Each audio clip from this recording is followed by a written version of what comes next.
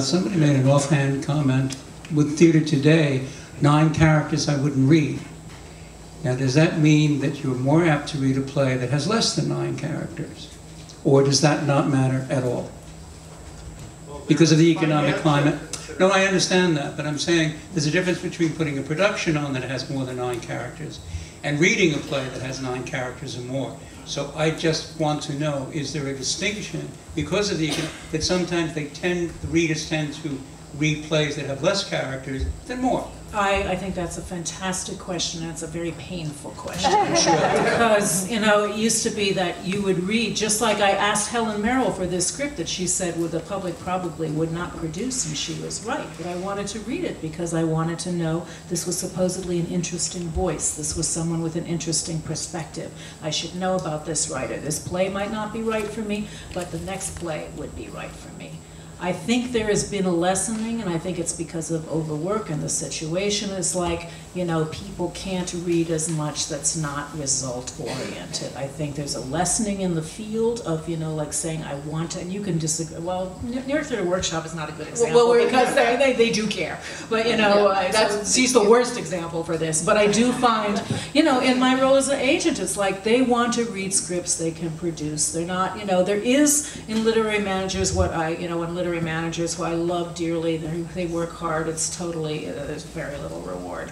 But, except you get to read some really interesting things, which is its reward. So I, you know, a lot of times, you know, when someone will ask me for a script, I'll say, is this really for the theater or is it for the book club? You know, and like, you know, I laugh at the book club, but I tell you the book club is great because literary managers talk to each other about it, they're supportive, you know, they know their theaters can't do it, but they'll find a theater that can, you know, they'll talk up your work, you're in, you know, discussion. So being in the book club, being a, you know, a play that's in the monthly book club is not a bad thing. And now that's where the 9-character plays. You know, there's an 11-character play I represent by an incredible writer that everybody loves, and we're trying to, at this point, say, nobody can afford it, let's get 3 theaters together, and maybe people can't afford it. We're trying to find a way to make it happen. Now, if nobody had read that 11-character play, you know, there wouldn't be that discussion. So it's a really, you know, I mean, you put your finger on, you know, the ill health in some ways, because we should be reading the 9 characters, you know, play. But there is that sort of thing. If I'm looking, well, I mean, very quickly, and then I'll stop. Around the time, you know, like around maybe February, March, you know, when theaters kind of have set their seasons and they have that one slot in the spring that they might, you know, do something a little bit, you know, different or new, you know. And, you know, then I talk to them, I say, okay, what's your slot, you know, what are you looking for, you know, what do you want to address, what's the conversation you want to have with your audience, you know, about the world or humanity or, heaven forbid, about the state of writing itself and like the nature of the theatrical experience. And they go, oh, Morgan, yeah, I know, well, you know, do you have a comedy that's 3 actors or less? Yeah, we say we're looking for a toe tapper. Toe tapper? Is that what he was saying? We're looking for that toe tapper. But just to pick up on the end of it, we are both a developmental organization as well as a producing theater. So I think, as Morgan is saying, we actually are looking for the good. So in other words, if the synopsis is a grab for you, yeah, you might overlook the fact that there's more than 9 characters. Well, and if the 10 pages also. Yeah, no, absolutely. We'll say, well, you know, where are you in the process? I mean, that's a question we would have for you. Where are you in the process? Could you use a reading? Would it be helpful to go through some critical responses? You know, help you find you know, a director. As long as step 1 has reached the point where you want to do that. Yeah, it's really, you know, we really take our cue from the artists we work with. So if it's a talented, interesting script that grabs our attention, we're very fond of falling in love with these huge projects that we're never going to be able to do. But we also have done some. You know what I mean? And you go over, you know. You find somebody who wants to help support it. You know, I think when you're writing this, you've got to write the play that you need to write. And but there's 3 characters on it.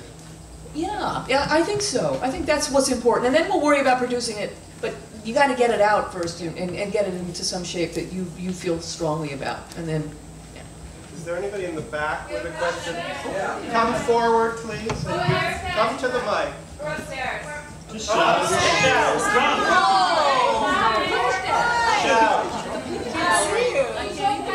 I didn't even know you guys were here.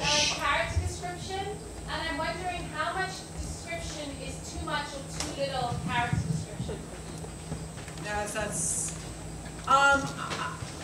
say a couple of lines that gives a sense of them, not, you know, so much going into their action or going into, you know, like when characters start going into plot or intentionality. You know, that you just really say, you know, this is who this person is, this is who I'm going to have to cast. It's like a casting description. Age, gender, you know, the ethnicity, relationship to the other characters, those are the basics. Okay. So I think what's been the most instructive for me tonight is learning to parse down to the most succinct thing. And I keep seeing all the descriptions, discussion about character, discussion about tone, but then the description of the plot will be like, when tragedy strikes in their own front yard from the Synopsis. Well, that could be Agamemnon or Death of the Salesman. Yeah. Radically different scripts. So my big question is, do you care what kind of shit hits the fan? Is it more important to talk about character and tone, or do you want to know what the actual action of the plot is? Well, I think, like, for example, in that case of the, in the Sawtooth, I think the essential question that the play is setting up is what was important about the play, because it's true. I mean, that the problem with going with just giving the plot of any play is that every play, the plot of every play sounds like 20 other plays, and so it's really about finding what the essential question is. In the case of that play, it was you can prepare for a lot of things, but it doesn't make you prepared for when something hits the fan. Right. If you take the plot of any Verdi or Puccini opera, it sounds like One Life to Live or Guiding Light. Yeah, and I mean, the plot is a delivery system. You know, I think, like, you know, the cigarette industry said the cigarettes were a delivery system for nicotine. You know, in some ways, I think the plot is a delivery system for the meaning of, you know, and the play and the action, the emotion, and, you know, the journey, you know, of what you go through with the character. Do you need a mic or do you have a loud voice? Oh, I have a big voice. All right. I was in the drama bookshop about a year ago looking through the plays, and I picked up one.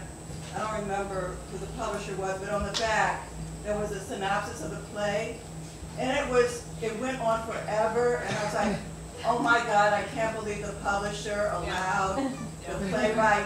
I'm assuming the playwright must have insisted on this synopsis, but I felt it was just, at what point does the publisher, if it got past the agent and the playwright is insisting, I'm assuming, and it's now printed, I just thought it was really... I know, control of marketing is a big issue, and people won't give it. Theaters won't give it. I try to get it into every contract that the playwright has approval of marketing. It gets cut out, you know, same with the I publishers. doubt that the playwright insisted on that synopsis being on the back of the play.